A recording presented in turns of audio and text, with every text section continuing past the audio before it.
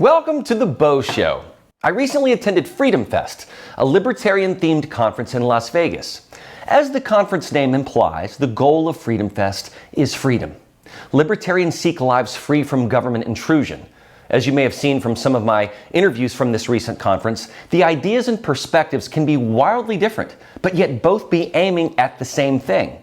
For instance, both an evangelical Christian, Eric Metaxas, and an avowed atheist, Michael Shermer, both were featured speakers. I interviewed both a woman who was sex trafficked and someone who is a sex worker. Senators Mike Lee and Rand Paul spoke, but so did former Democratic presidential candidate Andrew Yang. So it's a wide variety of people. I felt that FreedomFest had a little more fun with its conference than CPAC. And as someone who was asked to sing for this conference, I think libertarians somehow understand the value of artistry, creativity, and entertainment more than conservatives. And that's something they should learn from. I spoke with Valerie Durham, who runs FreedomFest, to get a better idea of what this conference is all about and what they hope to achieve. Here's Valerie Durham.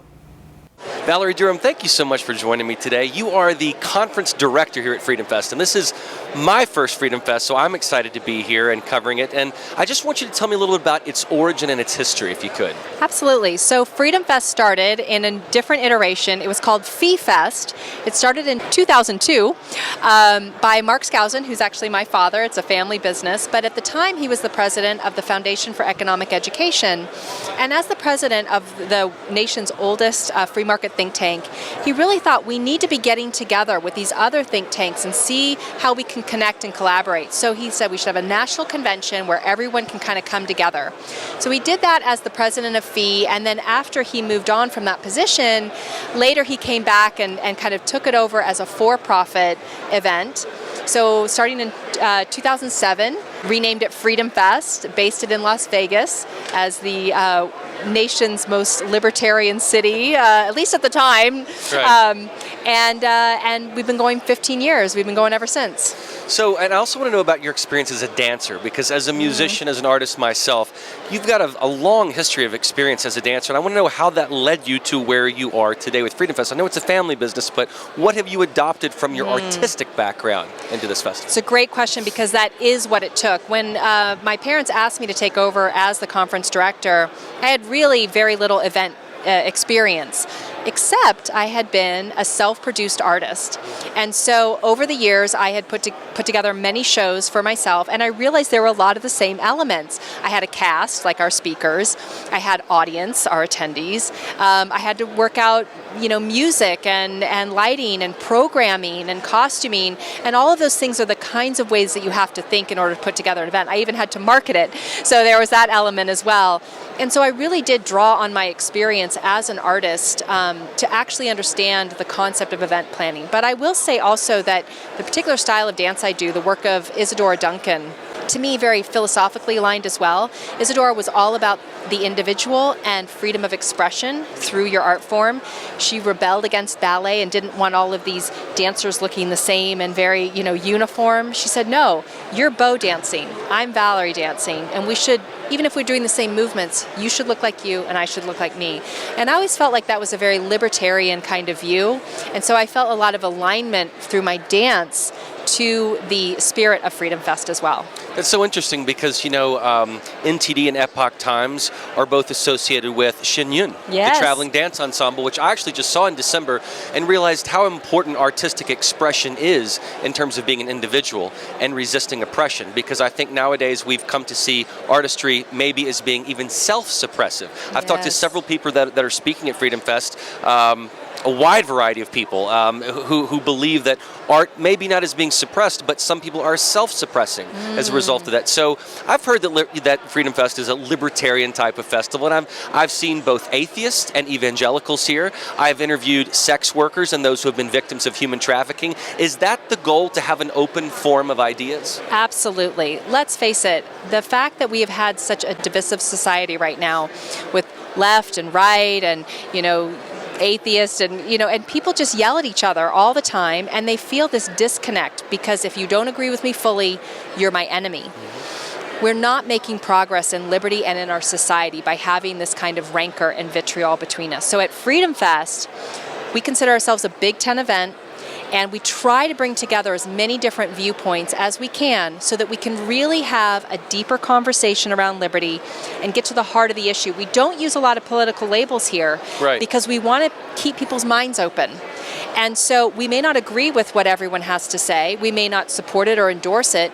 But if we feel like you can come and contribute to the liberty conversation, maybe you'll learn something here that will enlighten your own understanding of liberty. That's what we're trying to do here, is to bring people together to move forward in liberty rather than yelling at each other, you better join me or else. Hey, you have much more of a democratic, not Democrat Party, capital D, but democratic forum, even a debate forum. I'm talking with Eric Metaxas, who's going to be debating, if you will, others who disagree, who are not evangelicals. So what do you think Freedom Fest offers that, let's say, a Republican or Democrat conference will not touch? Is it the less preaching to the choir?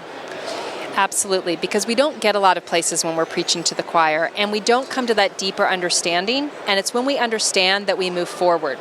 So rather than saying, here's what it is, and you must agree with me or else, we say, what is it?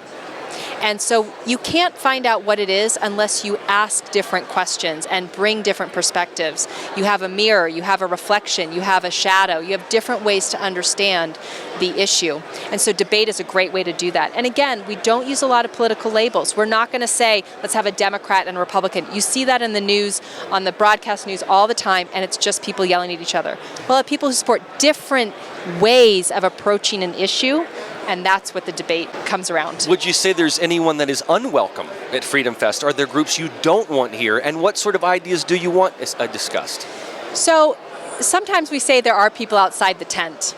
And it's really when they're not aligned with the idea of let's find greater liberty, which includes equality, which includes the opportunity for everyone to move forward. So there are some basic libertarian principles that we really hold to. If we were to have a voice like that, we would really try to contextualize it in a debate in the correct way, rather than just giving people an open platform. We really want to keep moving towards that deeper understanding. And I'll just keep coming back to that because that's really what it's all about. I also spoke with the Libertarian Party's candidate for president in 2020, Joe Jorgensen. While Jorgensen commanded only about 1% of the national vote, some have argued that her presence in the 2020 election could have cost Donald Trump the presidency, since the votes that she got in Georgia and Arizona were well above the margin by which Trump lost. I wanted to know if she felt that her candidacy had made it easier for Joe Biden to become president, when his policies pretty much are diametrically opposed to everything libertarians believe in. Here's Joe Jorgensen. Joe Jorgensen, thank you so much for joining me today. I really appreciate you being here. Joe, because Freedom Fest is a libertarian laboratory of ideas, tell me what ideas this week are being discussed that you think are the most important moving forward. Well, pretty much every year, it's in the name, Freedom Fest. So we talk about freedom and liberty. And I usually on the campaign trail avoid talking about freedom and liberty in the abstract. I try to talk specifically to what people are interested in. So for instance, right now people are interested in inflation, in jobs, education, getting their kids back to school. But if you really look at it, it boils down to liberty and freedom, being able to choose which schools you want to send your kids to. It boils down to being able to hire who you want to hire, being able to stay open if you want to stay open, being able to offer masks or no masks, depending what you want. So if we were allowed to make our own choices, we would have had a much better past couple of years than we had. Well, you know, I know you've supported U.S. troop withdrawals, and I'm curious if you think that Joe Biden handled the Afghanistan withdrawal properly. Well, if I thought that, I'd be the only one who thought he handled it okay. I mean, no, it was horrible. I mean, even the average shopping mall knows that the security guard is the last one to leave. You don't send the security guard home and then say, okay, shoppers, go home now. It was absurd. It doesn't surprise me that he handled it that way. But no, of course, at the very least, you have the troops leave last. Yeah. And there were more tactical things that were talked about, such as, leaving from the wrong Air Force base and all that. You could go down but I am glad that we left, but that was a horrific way to do it. Now, in your some of your campaigns prior to this, you said that in a debate that you would stop construction of the Trump border wall. And I want to know, are you an advocate of an open border, or what do you feel is the proper way to handle immigration? I'd like immigration to be handled the way it was when my grandparents got here. 3 of my grandparents are immigrants. Mm-hmm. They got here in the early 1900s, and back then they let most people in. Now, of course, if we know somebody's a known terrorist or a gang member or a murderer, of course we don't let them in. But we need to flip it. Right now, we're only letting a few in, keeping most out. We need to flip that and let the people in who want to make this country great. And really, our country was built on immigrants, people who are hardworking, people who have the incentive, the initiative, the ambition to leave their home country and come to ours. And I would like to add really quickly, one of the major complaints, and even Milton Friedman, who's my hero, I might add, even Milton Friedman said, you can't have open borders as long as you have a welfare state. But most of the programs in place do not give immigrants money when they first come across the border. Some of them you have to wait 5 years for. So now there are some states with special with special rules that that do give money right away. But for the most part, most states, it's not that way. So what are we doing wrong then on the border currently? Well, we're not giving a path to legal immigration. We've got a very long waiting list. And again, anybody who wants to come over and work hard, we should welcome them.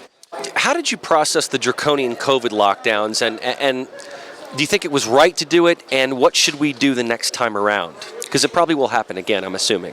Well, I hope not for at least another 100 years. That was the first pandemic in 100 years, so I'm hoping we don't have to go through this anytime soon. Although being probably a man-made virus, maybe we'll be seeing more of them. But no, pretty much every decision they made was the wrong one. And if you notice, we had the lockdown, the so-called lockdown. Yeah. But, they didn't lock down the big box stores. They didn't lock down the people who donated to their campaigns. As always, it's the people with money, it's the people with power who come ahead. And so in my own town, they're locking down all the mom and pop stores. But hey, you're a big box chain that donates to campaigns. You get to stay open. So no, that's wrong. Let's let the people decide. And if you want to shut your business down, you're welcome to do so. If you want to require masks, you're welcome to do so, and let the people decide. So had you been president at that time, and Anthony Fauci and the CDC and the World Health Organization were saying you need to lock people down to get control of this virus, would you have gone against that recommendation? Oh, I would have fired Fauci over that in a minute. Yes, absolutely. I would have said this is America. We're the land of the free, home of the brave, and that people came here to escape government tyranny, and I'm not about to add more government tyranny. I'm going to let people run their businesses how they like. That's what America's all about. And your thoughts on the mask mandates and the vaccine mandates on private citizens? The mask mandate's horrible, and especially because, and let me give a special shout out to the schools where they required masks on little kids, even though the data pretty early on showed that kids weren't at that much risk. And now we know, okay, it's a developmental age, they need to be able to read faces, their social growth is stunted.